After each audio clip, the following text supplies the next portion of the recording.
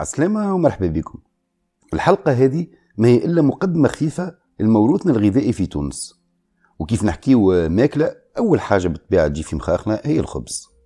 وهناك مقدمة باش نحكي لكم فيها على فوق 20 نوع متاع خبز تونسي. نشكر صديق القناة مروان الشعري على تبرعه للقناة. نوعدك يا مروان اللي تبرعاتك باش تمشي للتعريف بالقناة.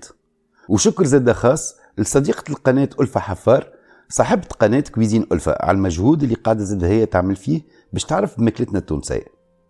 ما تنساوش باش تابونيو للشان وباش تنزلوا على النقوز اللي بجنب الابوني. اقعدوا معنا.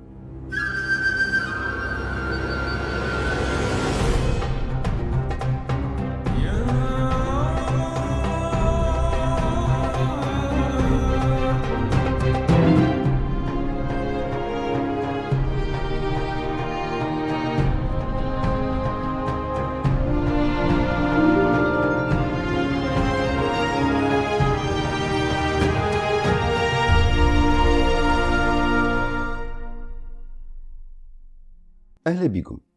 علاقة التونسي بالخبز علاقة كبيرة برشا. تلقاه خبز يست ويجي ورا الخبزة ليل ونهار، حتى كان الخبزة مرة، كل واحد وخبزته. النجم في تونس نلقاو نفس النوع متاع الخبز في برشا مناطق وبتسميات مختلفة وطرق خاصة. يعني عادي كيف نسميه أنا هنا باسم وفي منطقتكم تسميه باسم آخر. وكان ريتوا حاجة هكا اكتبوا لنا كومنتير وقولوا لنا فيه منطقتكم واش تسميوا الخبز هذا. من أشهر أنواع الخبز اللي عندنا في تونس بالطبيعة هو خبز الطابونة. الطابونة ولا خبز الجوجة ولا كيما يسميوه في باجة الجردقة. الطابونة ماهوش خبز جديد علينا. في كرتاج في الفترة البونيقية كانوا يطيبوا الطابونة، ولقينا تمثال يرجع للقرن السادس قبل المسيح، فيه امرأة تطيب في طابونة ولدها الصغير بجنبها معها يتفرج. ممكن يستنى في القرصة ولا في الجابور اللي هي الخبيزة الصغيرة اللي يعملوها للصغار، وعادة ما الأخوات يكعبروها لأخواتهم الصغار وياكلوها لهم. في بعض المناطق السياحية كيف تقرأ شنو يبيع المطعم تلقى مكتوب خبز فينيسيان اللي هو الطابونة، ويبيعوه لك التوريست بهاك الحسبة. ثم كلمة تتقال في بعض المناطق يقول لك حمشوا عليا. حمشوا عليا نحن نعرفوها عمروا عليا ولا حاجة كيما هكايا، أما هي تحميش الطابونة يعني تشعيلها.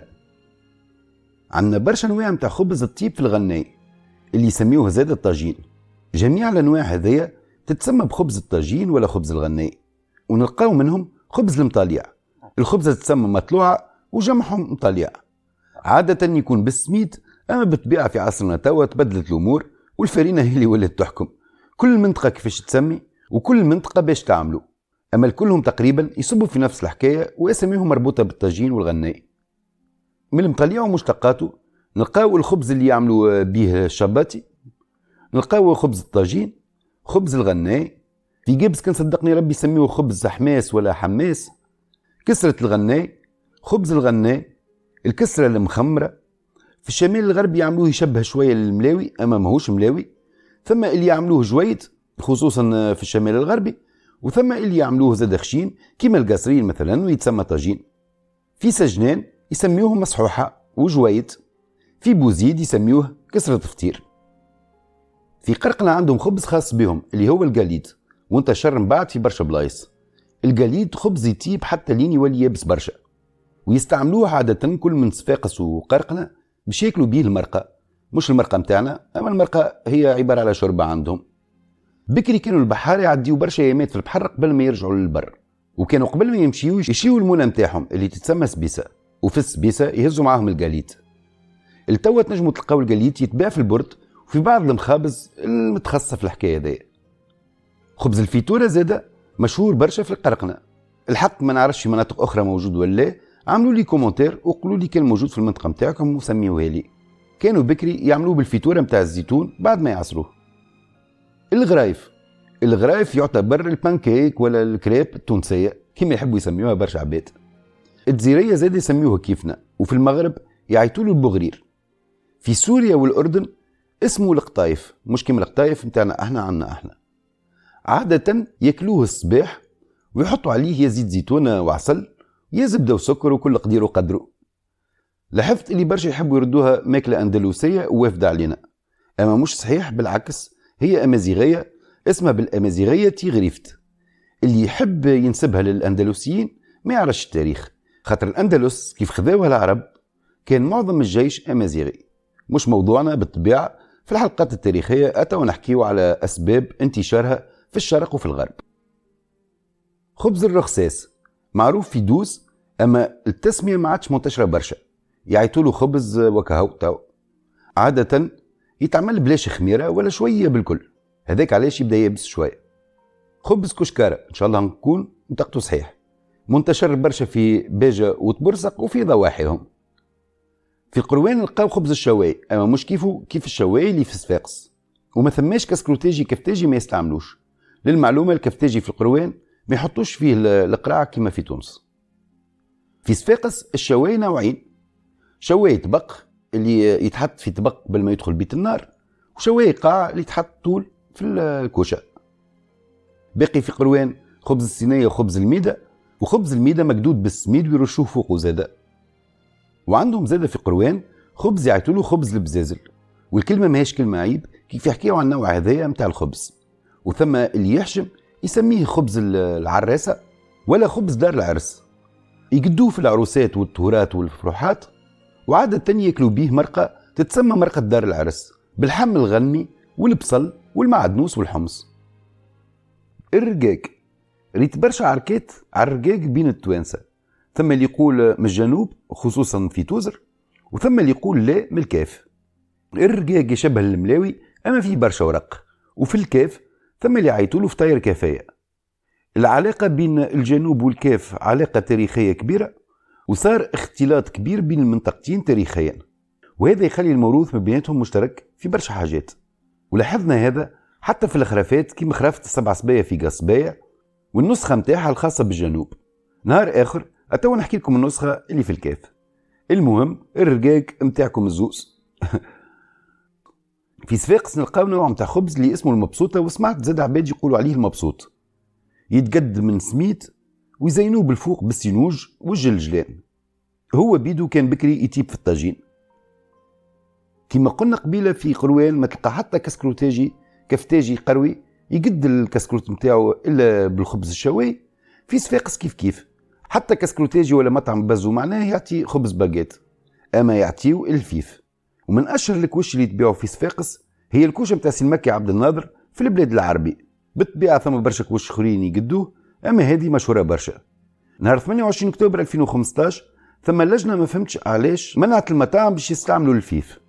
المعلومة هذه حكيتها في الوقت هذاك إذاعة صفاقس، وما نعرفش صحتها من كذبها.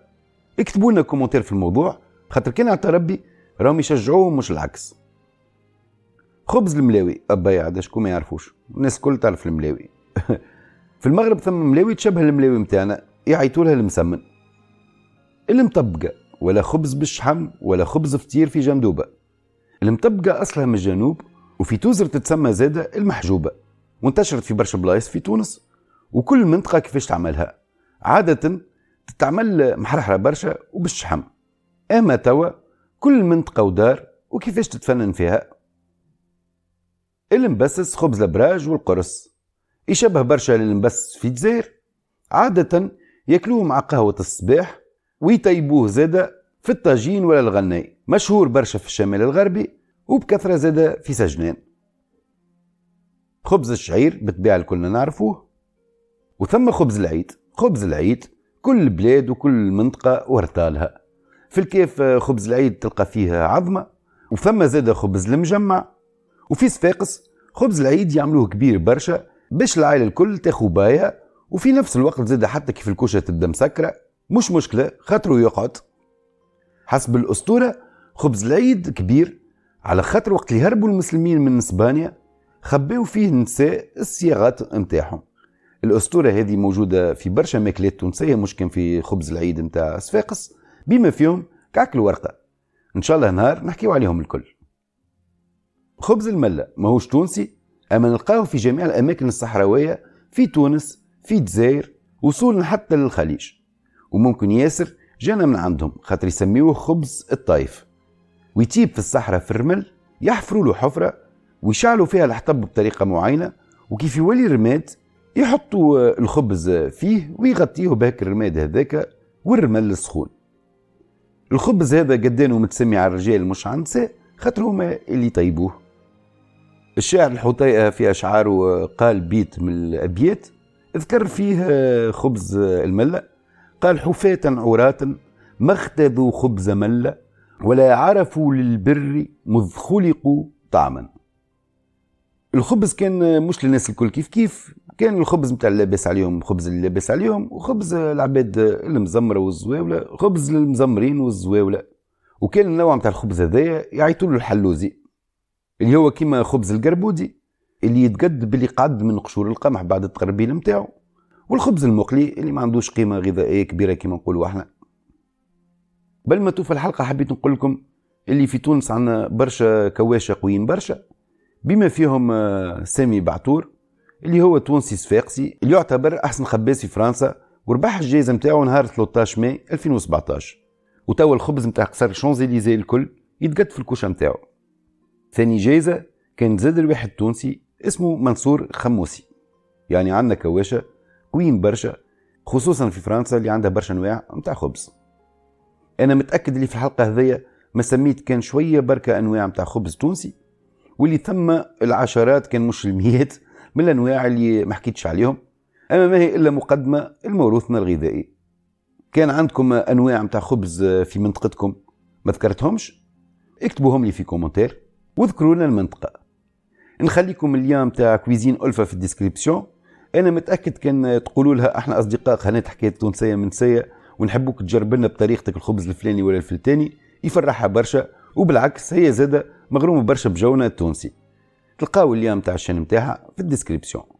حلقتنا اليوم وفات، ان شاء الله تكون عجبتكم، وكان عجبتكم كيما العادة ما تنساوش تابونيو للشان وجيم وبارتاج، ويعيشكم وبالسلامة.